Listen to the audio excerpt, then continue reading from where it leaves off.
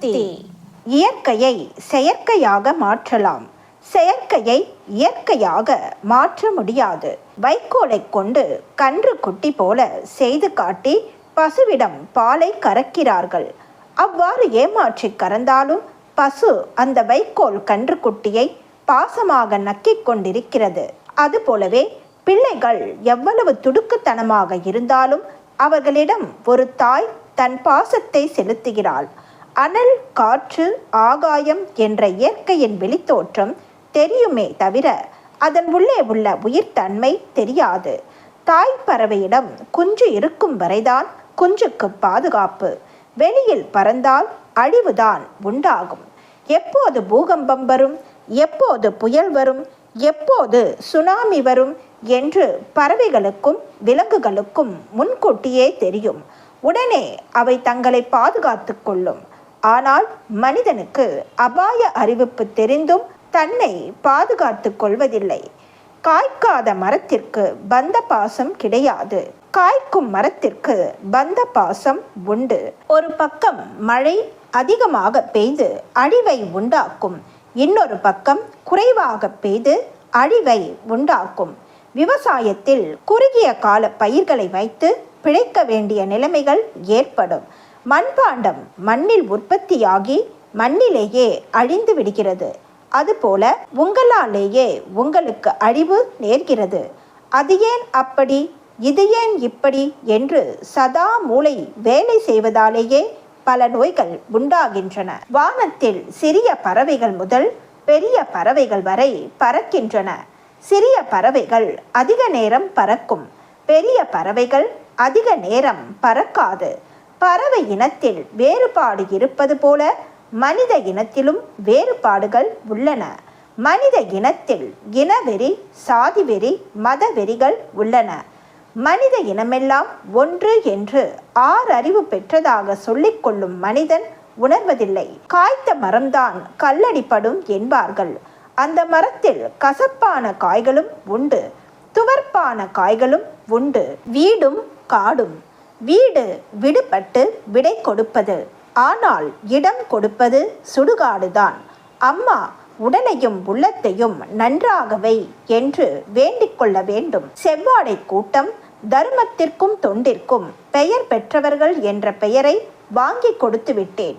நீங்கள் அதை காப்பாற்றிக் கொள்ள வேண்டும். பூமியிலிருந்து அகற்றிய பொருள்கள் மீண்டும் பூமியில் சேர்வதில்லை. கடலில் உள்ள பொருளை அதிலிருந்து அகற்றிவிட்டால் மீண்டும் கடலில் சேர்வது கடினம். மனித சமுதாயத்திலிருந்து மனிதனை பிரித்துவிட்டால் மீண்டும் சேர்வது கடினம். ஆன்மீக துறையில் ஈடுபடுபவர்கள் அதிலிருந்து விலகிவிட்டால் மீண்டும் சேர்வது கடினம். செவ்வாடை தொண்டர்கள் செவ்வாடை இயக்கத்திலிருந்து விலகிவிட்டால் மீண்டும் சேர்வது கடினம். தெய்வ சக்தி உன்னை அகற்றிவிட்டால் மீண்டும் சேர முடியாது. ஆரம்பத்தில் அம்மா பெருமை பேசியவர்கள் பிறகு வம்பு தும்புகளில் இறங்கிவிட்டார்கள். நல்ல உள்ளம் கள்ள உள்ளமாக மாறி இப்போது பலனை இழந்து வருகிறார்கள். பருந்து ஒன்று தத்தி தத்தி மேலே பறக்கிறது. ஒரு குறிப்பிட்ட தூரம் மேலே சென்றவுடன் சிறகுகளை அடித்து கொள்ளாமல் வானத்தில் அப்படியே மிதக்கின்றது. அடுத்த கணம் கீழே ஒரு கோழி குஞ்சை பார்த்தவுடன் மீண்டும் அந்த கோழி குஞ்சிற்கு ஆசைப்பட்டு கீழே வருகிறது. தாய்க்கோழி தன் குஞ்சினை போராடி காப்பாற்றுகிறது.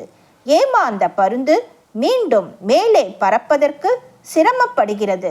ஆன்மீகத்திலும் நீ மெல்ல மெல்ல மேலே பறந்து போகலாம். மேலே சென்றதும் பேரானந்தத்தில் மிதந்தபடி கிடக்கலாம். முக்தியும் அடையலாம். ஆன்மீகத்தில் பல கஷ்டங்கள் உண்டு, தொல்லைகள் உண்டு. அவற்றையும் மீறிக்கொண்டு மேலே போனால் உனக்கு முக்தியும் உண்டு.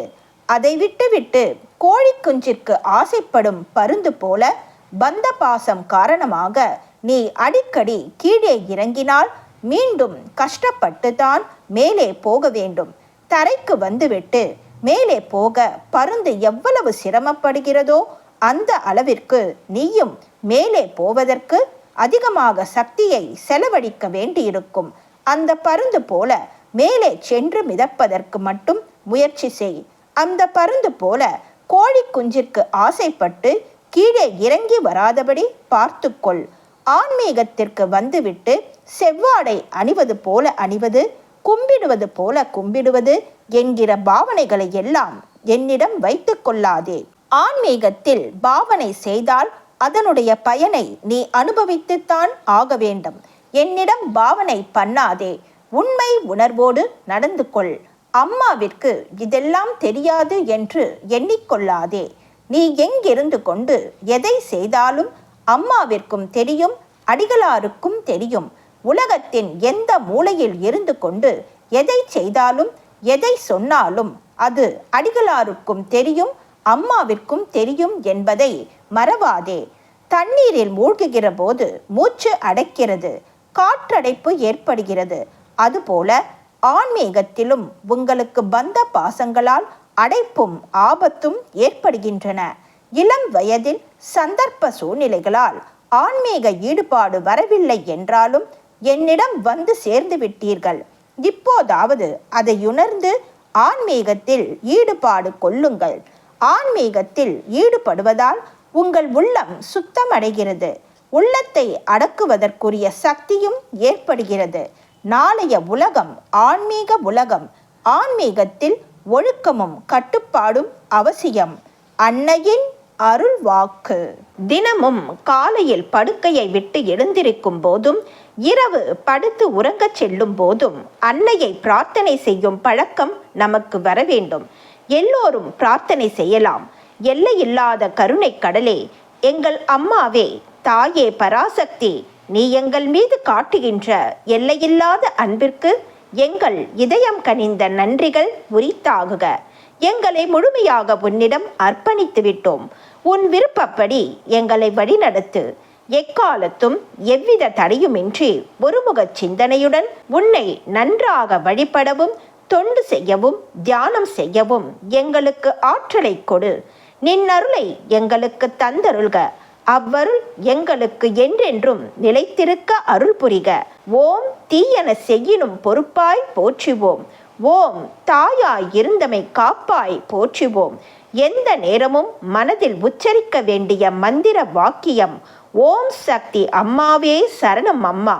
தினமும் காலை 10 அல்லது 15 நிமிடம், மாலை 10 அல்லது 15 நிமிடம் தியானம் கட்டாயம் பழக வேண்டும்.